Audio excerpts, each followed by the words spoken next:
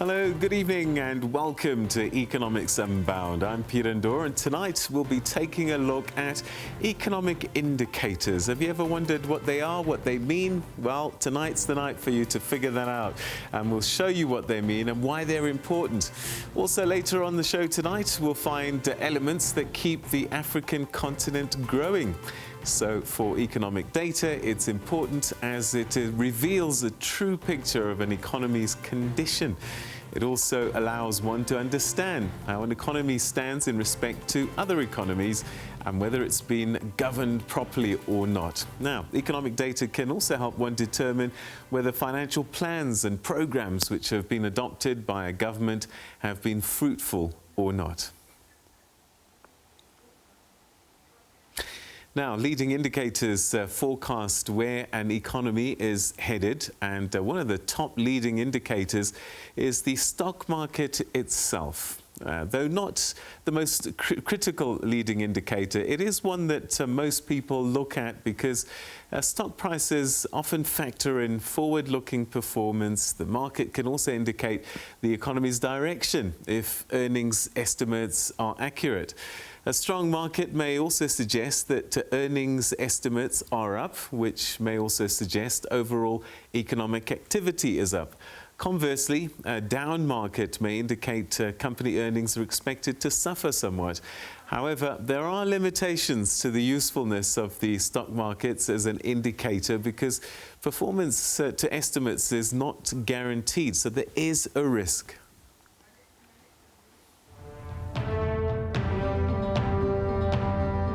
A bit of a different picture today. If you look behind me, the JSE All-Share Index is up by more than 4%. Now, you could ask, why is this happening? I promise it's not because markets and investors are welcoming a shutdown that'll have huge economic implications. There's Moody's as well. We've got a looming credit rating downgrade. We've got companies in real trouble going into this lockdown. So why is the market up? And I can tell you why. It's because banks around the world, central banks, are taking unprecedented measures to try and deal with what's going on.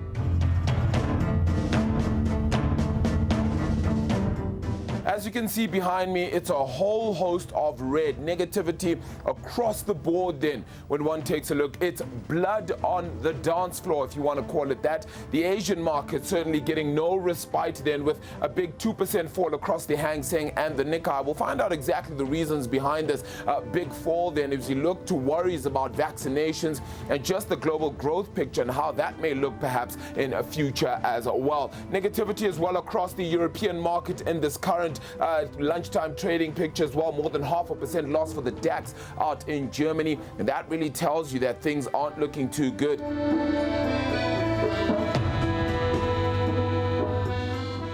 Hong Kong shares ended higher on Wednesday, led by material and tech stocks following overnight Wall Street gains after data showed U.S. inflation was not rising wildly as the economy reopens. Investors also cheered tech stocks in Hong Kong as a dozen internet platform companies, including JD.com and Baidu Inc., pledged to avoid anti-competitive behaviors, clearing previous market uncertainties. Of course, this is the first batch of the 34 companies, including Tencent, that were ordered by China's market regulator to conduct self-inspections for illegal business behaviors on Tuesday, warning of severe punishment for any that still violated the rules.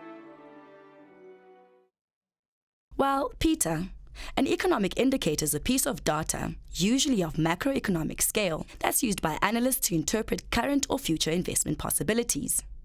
These indicators also help to judge the overall health of an economy. Economic indicators can be anything the investor chooses, but specific pieces of data released by the government and non-profit organizations have become widely followed. Such indicators include, but aren't limited to, the Consumer Price Index, Gross Domestic Product, unemployment figures, and the price of crude oil. Well, there's another indicator, consumer inflation, and that's accelerated slightly more than market expectations in April. Stats SA data shows that consumer price inflation, CPI, advanced by 4.4% year-on-year from April, and that's from 3.2% a month earlier. The main contributors to the increase were food and transport. Consumer inflation is at its highest in 14 months, but remains well within the Reserve Bank's target bracket of 3 to 6%. Food inflation increased for the second month in a row. Some basic foodstuffs used by households daily have gone up. Stats SA data shows a loaf of brown bread cost 33 cents more in April than it did in March, while 2 liters of fresh milk cost 39 cents more in April than in the previous month. There have also been notable price increases in the oils and fats subcategory. Another significant contributor is the transport category. The price of petrol increased by R1 per litre in April. Economists say the higher than expected rise is also due to base effects caused by the onset of the pandemic and the lockdown in April of last year. The vast majority of this move was due to a statistical base effect, and in fact, absent the statistical base effect, inflation would have come out quite similar to last month's figures. The market consensus had anticipated inflation of about 4.2%, so at 4.4% is only slightly above consensus, but we continue to expect that the South African Reserve Bank will not change interest rates this month.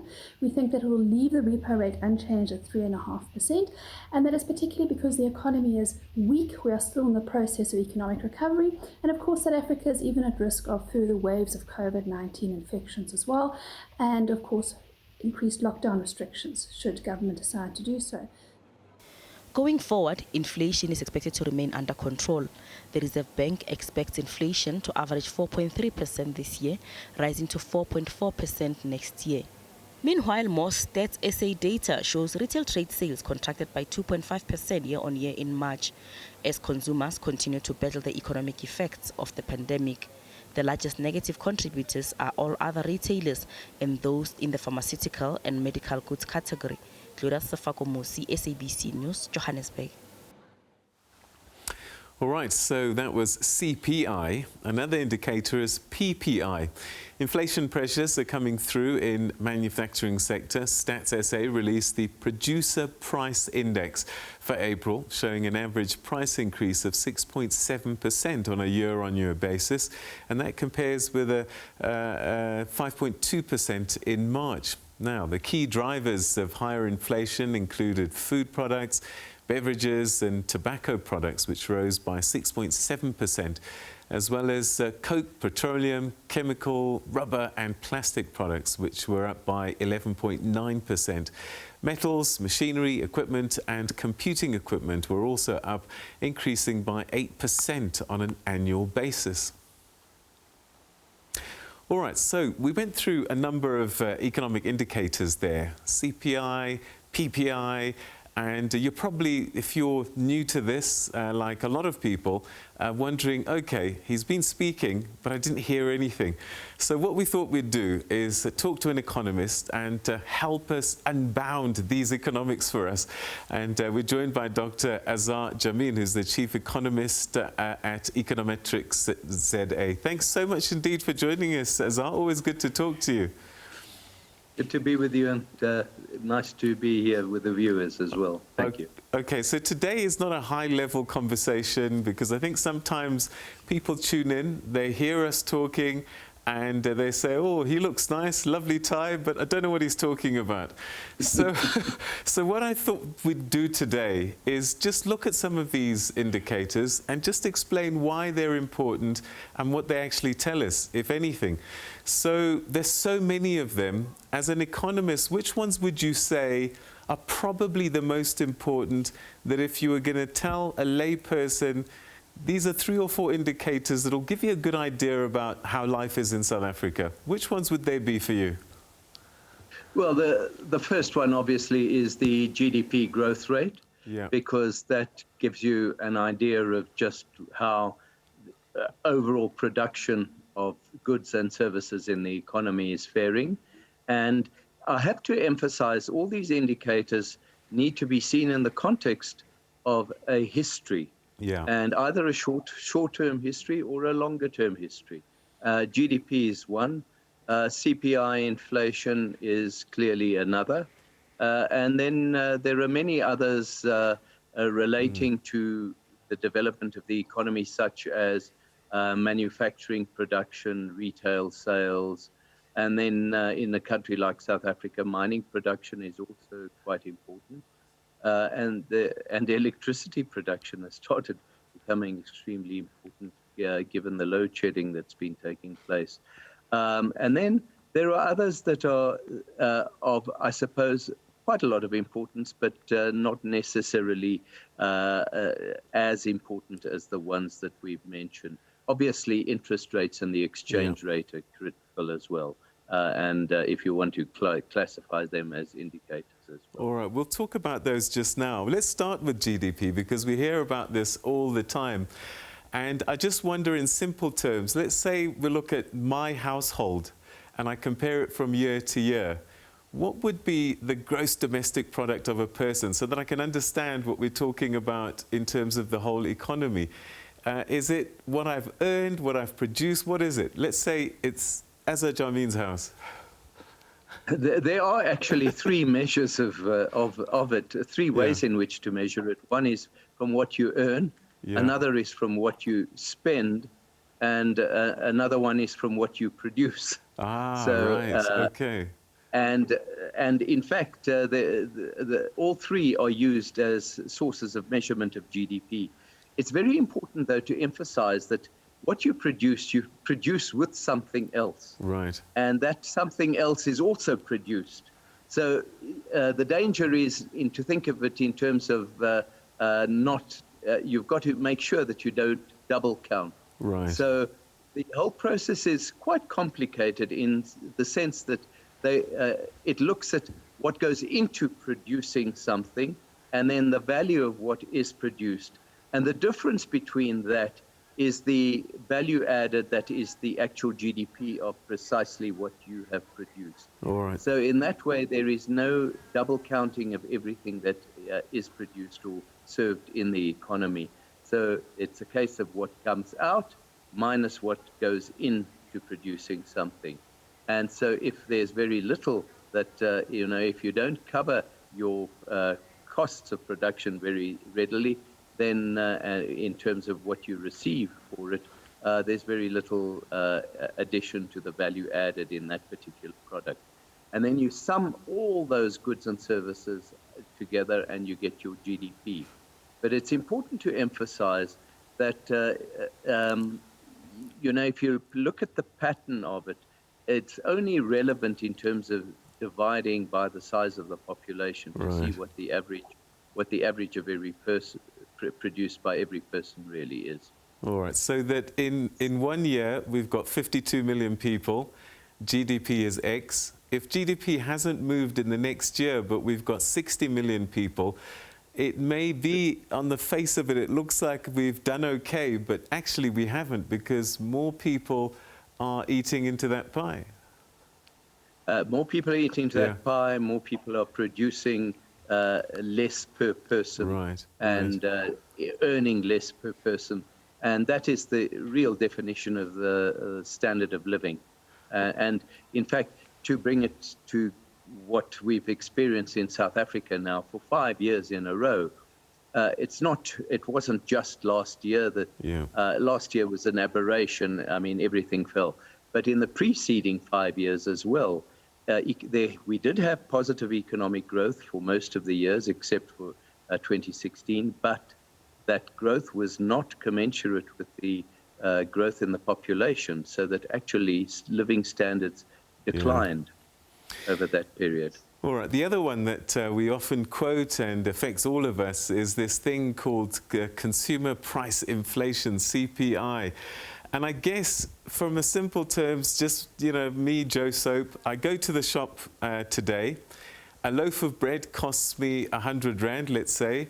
I come back 6 months later and the shop is charging 100 Rand and 5 cents. And yet it's the same loaf of bread. Why does that price go up? And is that what inflation is? That's exactly what inflation is all about. And it stems from the fact that at the heart of it is there is more money for the same amount of goods produced. So the value of money is expressed in a depreciating manner as a consequence of this. But the confusing thing about this single thing called an inflation rate is that it is a summary It's a summary of everything that goes on the economy. Your particular household could have an inflation rate that is dramatically different from the overall inflation rate. In a year in which, for example, car prices rise sharply and you buy a car, then your inflation rate will have been that much higher than that of anyone else. And it's very important because, you know, if you look at poorer sections of society, they consume up to 50% of what they earn just on food.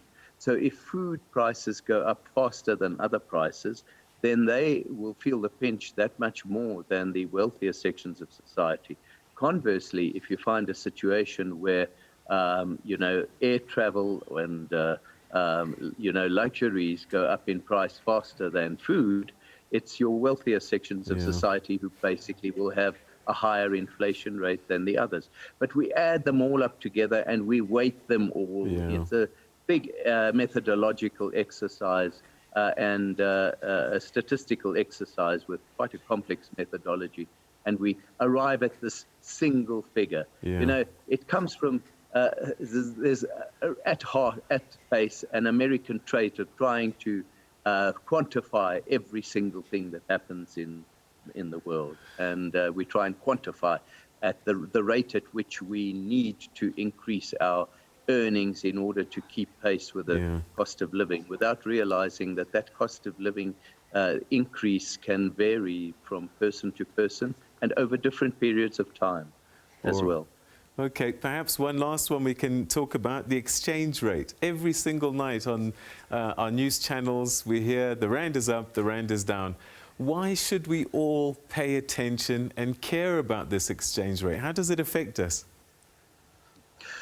Theoretically, obviously, it affects those who are in business, who buy and sell goods to and from the rest of the world, and those who want to travel and that kind of thing. But it affects each individual because if the exchange rate rises relative to if it rises compared with the rest of the world, it means that the goods that we are going to import will become cheaper. And to that extent, the cost of living will not increase as rapidly. Conversely, when the exchange rate falls very sharply, there is a tendency for the price of imports to shoot upwards, and that feeds through into pushing up the cost of living, even things like food. A lot of goods are actually priced on an international basis. Food price, I mean, the classic example is currently we're experiencing a situation where food prices are rising faster than most other prices, even though we have had bumper crops and a strong exchange rate. And that is because in the rest of the world, food prices have been rising extremely strongly because of high levels of demand. Now, theoretically, other things equal, food prices should have been rising more slowly because of the rand has strengthened so much against the dollar. So it's quite a complex thing, but one has to see it in the context of what is happening all around the world. But essentially, movement in the exchange rate determines how fast prices are likely to rise or not rise in your country, and therefore the extent to which what you earn in this country can enable you to afford to buy those goods and services. And right now we're in a relatively good space because the rand has strengthened, and that should prevent the cost of living from rising too far, and therefore we don't have to have massive pay increases to be able to maintain our current standard of living. And that's a good note to end on. Thank you so much indeed, Dr. Azar Jamin, for simplifying some of these terms that we hear every single day. Thank you so much indeed for your time. Always good talking to you. Pleasure. Thank you.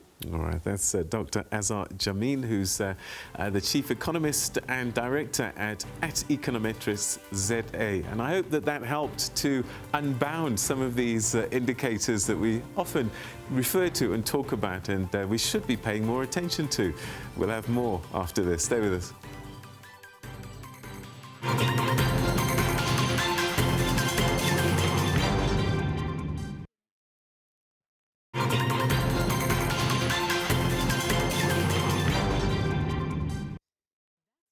On Africa Day this week, Brand Africa unveiled the 11th annual Brand Africa, which is Africa's best brands in 2021 rankings of the top 100. The most admired brands in Africa were hosted in a virtual event by Brand Africa, Publix Africa and Uganda Investment Authority. During a year defined by the pandemic, which brought the world to a halt as markets having to adapt to a new reality, African brands retained their 13% share of the top 100 most admired brands in Africa. Well, to unpack more, I'm joined by Thebe Ikalafeng, founder of Brand Africa 100. Thebe, welcome to Economics Unbound. Thank you so much, and thank you for the opportunity to have me over. Okay, tell us more on the survey that has been conducted by Africa Brand, as well as the prevalence of the South African brands, and the continent.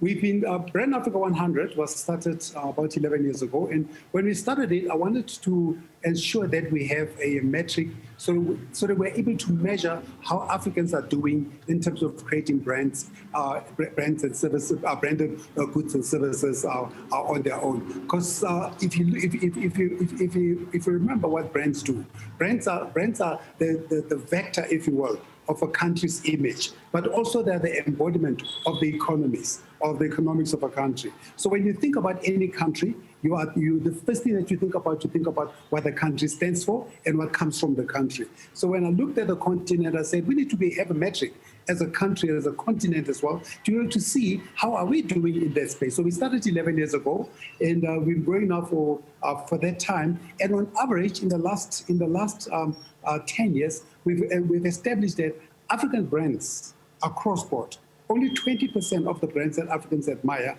are from Africa. That means that there's a 20% rejection of the African agenda, 80% rather rejection of anything that comes from the continent. We wanted to also do something that is rigorous, something that is research-based, and that's why my partners on this, Kantar and Geopol, are independent research houses, the biggest in the world, that are partnered to do this research across the continent, across 28 countries, who collectively represent 80% of the economy and 80% of the GDP and 80% of the population of the continent.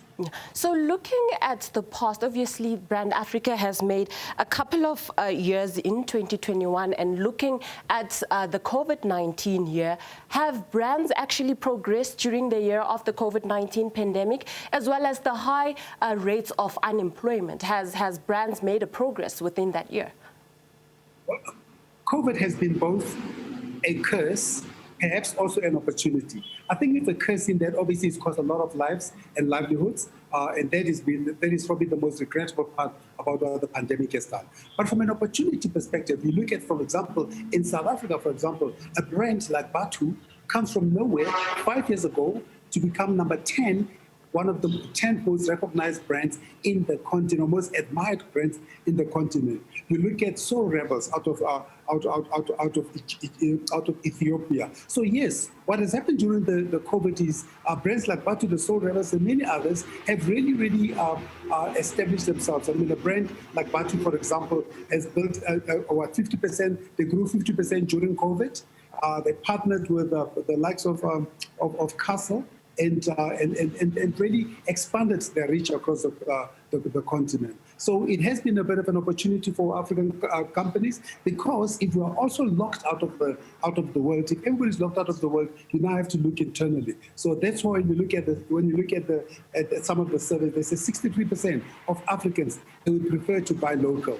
So what COVID has done has created a forced opportunity for them to look local and ask themselves the question, why can I not look here local? The same way that applies across tourism as well. Our domestic tourism has boomed compared to before, because now nobody else is coming here, and nobody here is living anywhere else. So now you have to look internally and ask yourself the question, how can you serve your own better?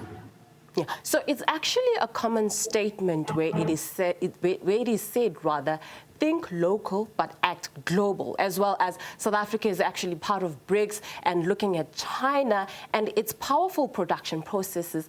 How do we leverage, rather, as a South African country, to be part in that list, the top list of big processors in the African continent?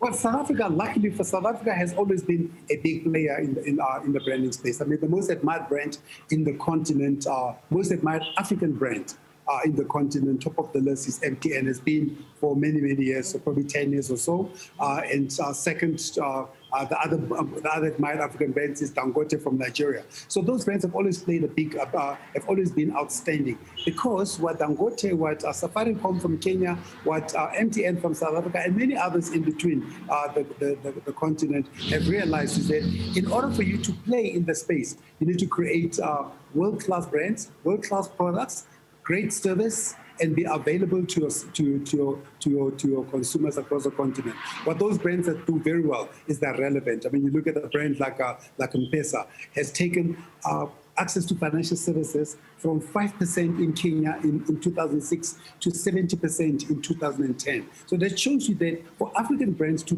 play in this space, they also need to have a transformational agenda. They must have a transformational purpose. They must know that to exist, to serve, they must do something better that elevates and lifts the continent. So in closing, what's the vision and mission of Africa Brand?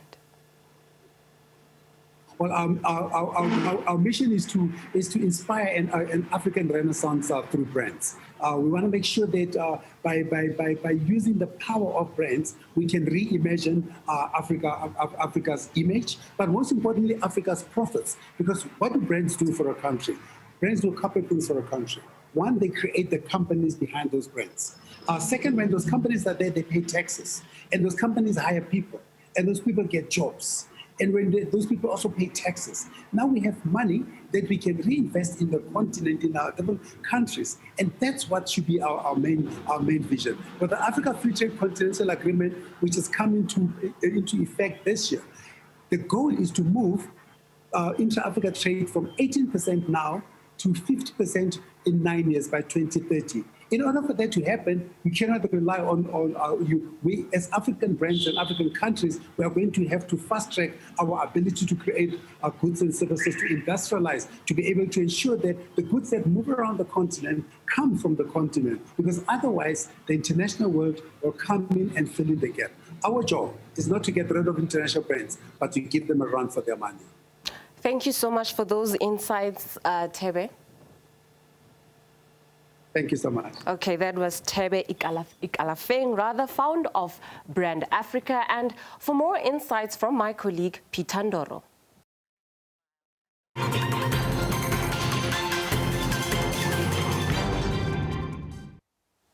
Many thanks, Prudence. Great conversation there. Thanks so much indeed. Now, as the continent celebrated Africa Day this week on May the 25th, remittances from migrant workers in the African diaspora across wealthier countries are helping families and communities in their home countries to meet their increased needs for livelihood and support. Now, remittances sent by migrant workers to their home countries is sub-Saharan Africa in 2020 amounted to, get a hold of this, $42 billion US. That's about 586 billion rand. Now, these remittances could offer a window of hope for development against a backdrop of declining foreign direct investment and foreign aid. Joining us now on Zoom is Dr. Elizabeth Nanziri, who's the Director of the African Center for Development Finance at the University of Stellenbosch Business School. Thanks very much indeed for joining us, and welcome to the program. Well, thank you. Thank you so much for having me. These numbers are staggering in terms of remittances. I know one country in particular, Zimbabwe, I know that country well, and I know that it's a significant portion of their GDP now. Absolutely. And not only that country, it looks like several countries are embracing the remittances, but I think that shouldn't be surprising us, seeing that many of the countries on the continent embedded in unrest, and that's part of the reasons why individuals migrate from their countries to other countries. So when you think about countries that do have a high proportion of remittances to GDP, they also have a history of somehow of insurgencies, unrest, economic downfall, something like that. So yes, several countries. I think there's another country that's not mentioned there, maybe. Nigeria. Lesotho. Oh, right. No, Lesotho has a very huge proportion of GDP, between 21 to 40% of their GDP. Wow. Constituting of remittances. So you can see where we're going. Nigeria, yes, in terms of volume, they're the best. They have the highest on the continent. So we do have countries that are actually receiving large proportions of remittances on the continent. All right. Help us understand how this translates into assisting the economies of these countries, because I would send money home to my mother, and I'm just helping her with her groceries and daily expenses and maybe other things. How does that translate into helping the economies of these receiving countries? In several ways. If we have many of you sending back to the mothers, to the relatives, there is accumulation of consumption, and therefore governments will benefit from consumption taxes. That's the first portion. Obviously, you will spend not only, let's say, so several consumption items, education, healthcare, but yes, the first component is on taxes. The other component is at a macro level. So if we think about the fact that governments can sit back and rest assured that the patriots out there would love to send money back, they can leverage that. How can they do that? There are several ways, but the one common one has been to try and woo these migrant workers into funding or contributing towards development finance or development projects in the countries. The very common approach has been the diaspora bonds, where governments are selling these bonds to individuals out there. Those are the high-income migrant workers that are, like I said, patriotic. We're able to, encourage them or entice them to contribute or buy these bonds so that governments raise money and invest, obviously, in infrastructure, in energy, sanitation, water, and we've had a couple of countries doing that. Nigeria, yes, being one of them. So we understand for sure, particularly in times of conflict and so on and so forth, but when remittances start to become a big thing in countries at peace, is that an indicator of something that perhaps isn't working all that well in the home countries? I'm not sure if I got that well, but... So I'm thinking what might be happening is, if things are not going well in a particular country, you'll suddenly start to have economic migrants going abroad, going to other places in the world. And then your remittances start to increase. So I'm just wondering if an increase in remittances might be an indicator that perhaps the economies at home are not all that well. Partly. And remittances are also cyclical. Yeah. So you will find that whenever there is an influx of remittances in a country, that economy is experiencing a downturn at that particular moment, in that, remittances are going towards consumption because people are not able to work, people are not able to meet their day-to-day obligations. However, if you start seeing remittances going into a country where the economy is doing well, those are investment-related remittances. Okay. And that is where it becomes now critical. If we need to leverage remittances for investment into, developmental projects, we need to ensure that the economy is doing well, so that the migrant workers who are, willing to invest back home have got, they get this confidence. There's something we call the doing business index. So if that is well, if the macro environment is okay, then they will invest, money will come back, just like FDI, the foreign direct investment. Dr. Nanziri, unfortunately, we run out of time, but thank you so much indeed for this fascinating conversation. Thanks for your time. Thank you for having me. All right. Okay, so there you have it. Remittances becoming a very important part of a lot of sub-Saharan African economies. In times of downturn, they're a great assistance in terms of consumption, but can also be a vehicle for development, FDI as it were. And so you'll start to see things like diaspora bonds, whatever you want to call them, but fascinating the amount that people in the diaspora are sending home. We'll have more for you after this. Stay with us.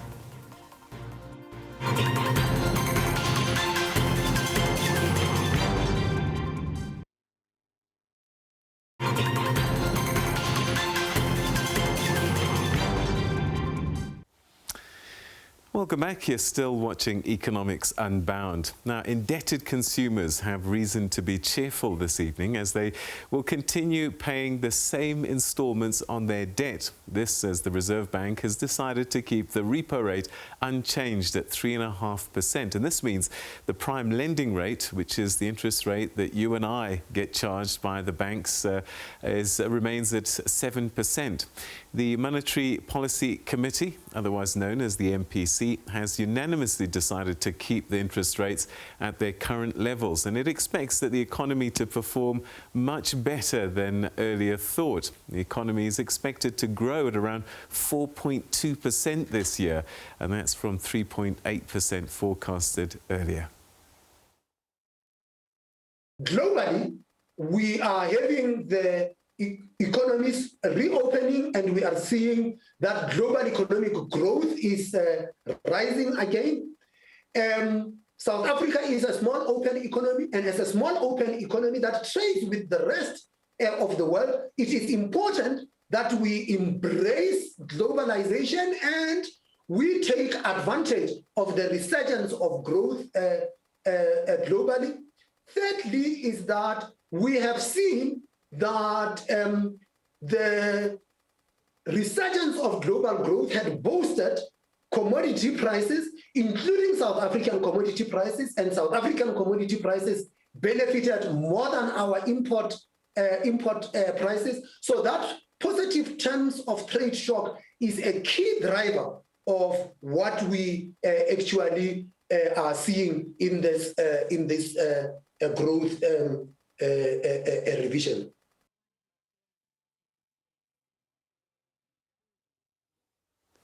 All right, so that's the MPC and the Reserve Bank Governor giving us some good news in terms of interest rates, which is great if you owe, but if you've got a pension, it's not always great news because you want the interest rates to be high so that you're earning more money on your funds. So there's always two sides to those particular stories.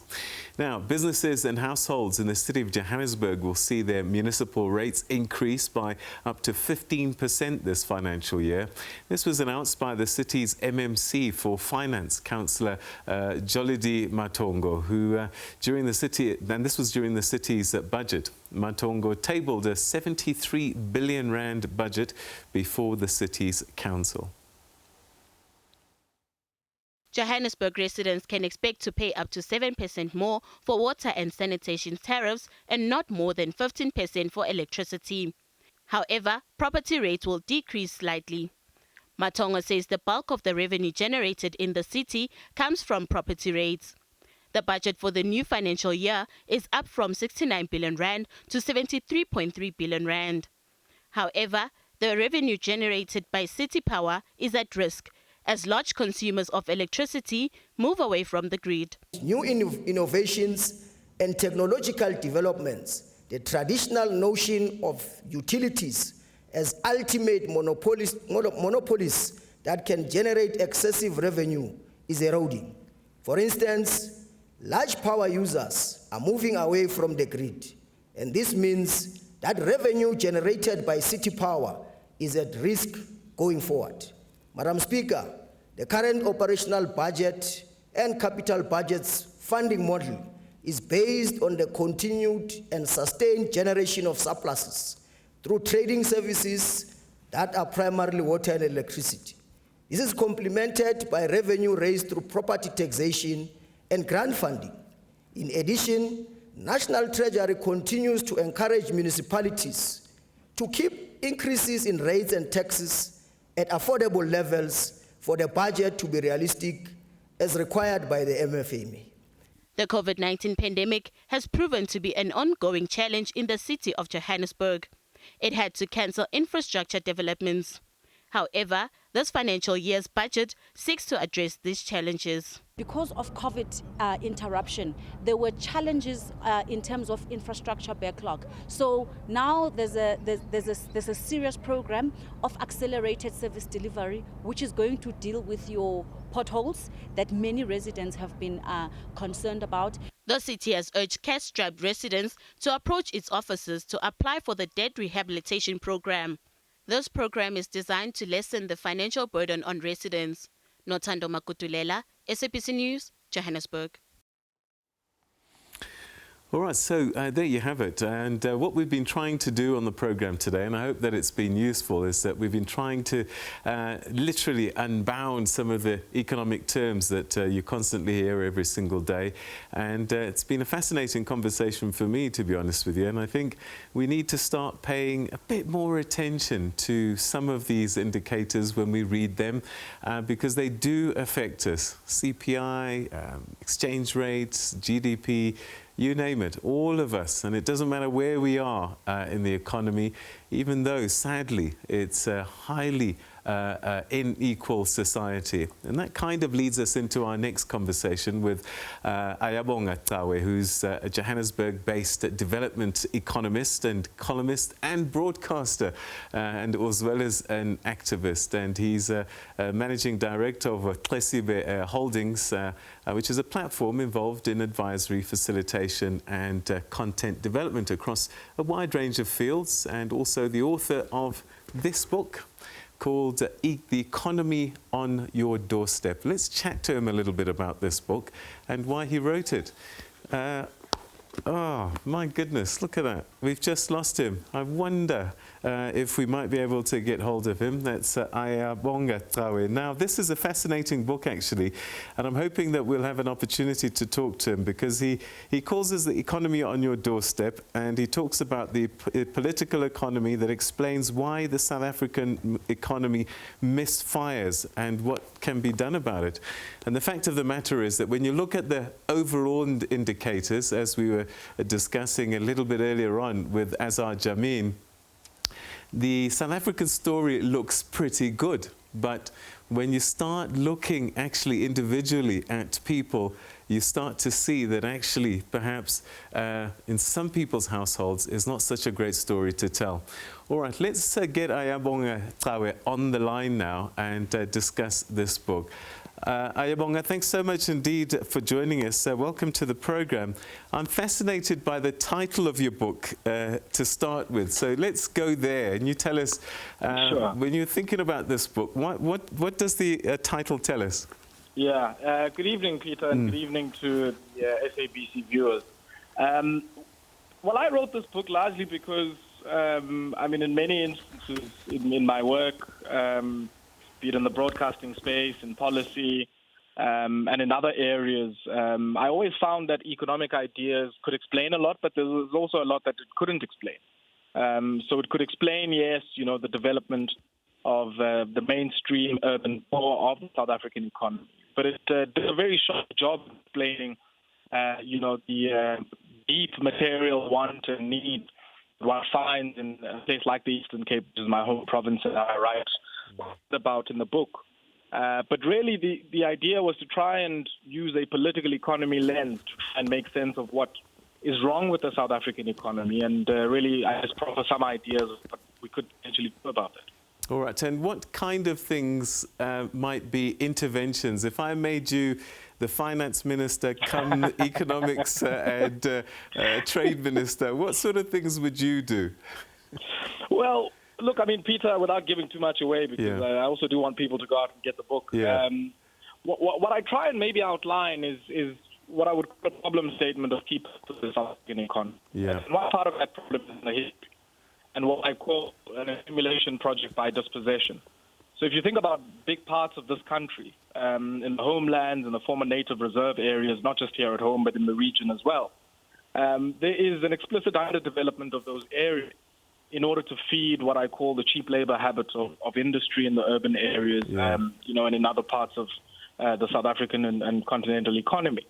And one of the things that we're going to have to really be intentional about doing, Peter, is to really subvertively dislocate the native reserve as the economic nerve center of a certain type of economic model, and start to think about an economic model that makes use and adds value and is able to exchange and give power to people over what they produce.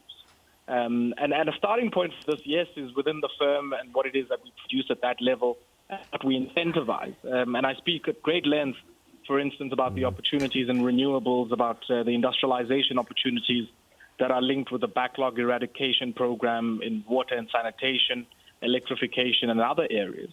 But I think the reality, and I think this is what this book is trying to say, is that if our economic analysis is to be genuine and relevant and resonant, we have to locate it also within the ambit of the home and the ambit of the household. And one of the areas that can help us to resolve our demand constraint, to also resolve what I call the crisis of social reproduction at a local level, is to begin to prioritize many areas of work that the market economy might not prioritize. And that could be, care for you when you're ill and old, making sure that you're able to have all of the things that contribute to our humanity, which we might take for granted, but I think many people in this country still battle to get. All right. Ayabonga, and unfortunately we ran out of time, but I think this is a conversation that we need to have again, perhaps at greater length. But great to point to this book so that people can pick it up, The Economy on Your Doorstep. Thank you so much indeed for talking to us this evening. Thank you very much, Peter. Really appreciate it. Thank you. All right, and that's how we come to the end of this program. But before we disappear, and we just got to let you know, Prudence, come hither. So this is the last episode of Economics Unbound. I know this is quite an emotional thing for you. I've only just come in to do a few episodes. It's been great doing it and working with you, but you've been at it a while. Tell us some of the highlights and memories that you have. Obviously, I've did the show for quite 1 year, five months now, and I've grown actually as a producer as well as I could stand in as well as a presenter. So basically, I've learned a lot alongside of the economic mainstream. I've learned certain concepts of economics, all thanks also to our former economics editor, Thandeka Kubulembeki, who gave me this opportunity to be able to produce and also to showcase talents as us young journalists. So you're an economist now? Well, just to say that you've done great work. We've really enjoyed watching the program, and I've certainly enjoyed presenting a few of those episodes. But thank you to the viewers for tuning in every week. Yes. Say goodbye. Bye, guys. Bye, everyone. Take care.